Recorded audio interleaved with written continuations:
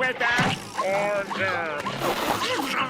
Mr. Krabs, SpongeBob is up to more nonsense again.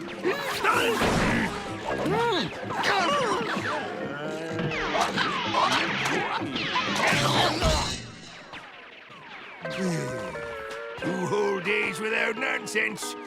For a good run, Mr. Squidward. But we both knew it couldn't last. SpongeBob, what shenanigans are you up to now?